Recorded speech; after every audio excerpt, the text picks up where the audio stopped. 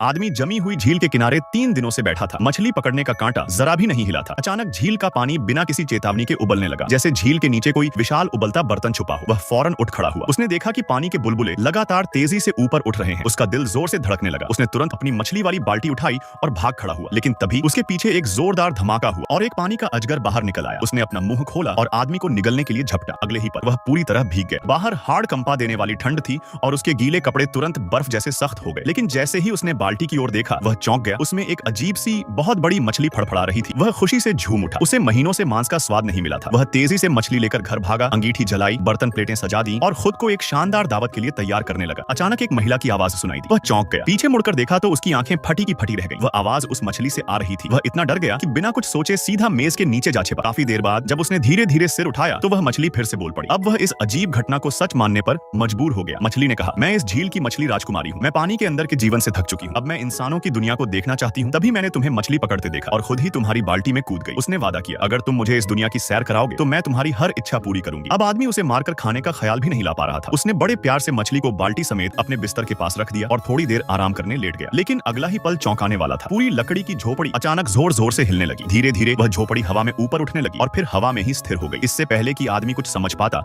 उसका बिस्तर और अंगीठी फटाक से झोपड़ी से बाहर उड़ गए। वह डर से अंगीठी को कसकर पकड़ लिया, कहीं वह गिर न जाए। काफी देर बाद अंगीठी रुकी। डर के मारे कांपते हुए आदमी ने बाल्टी की ओर देखा और पूछा, क्या ये सब तेरी करतूत है? मछली मुस्कुराई और बोली, मैं तुम्हें एक असली स्वर्गलोक दिखाना चाहती हूँ। उसके इतना कहते ही नीचे की बर्फीली जमीन पिघलने लगी। हर ओर हरियाली छा गई। पेड़ पौधे लहलहा उठे और पूरी धरती जैसे फिर से जिंदा हो गई। आदमी बाल्टी को झील के किनारे रखकर आसपास नजारा देखने लगा। लेकिन जब उसने पलट कर देखा, बाल्टी खाली थी, मछली गायब थी। वह चारों ओर उसे ढूंढने लगा। लेकिन तभी पीछे से किसी की आवाज आई।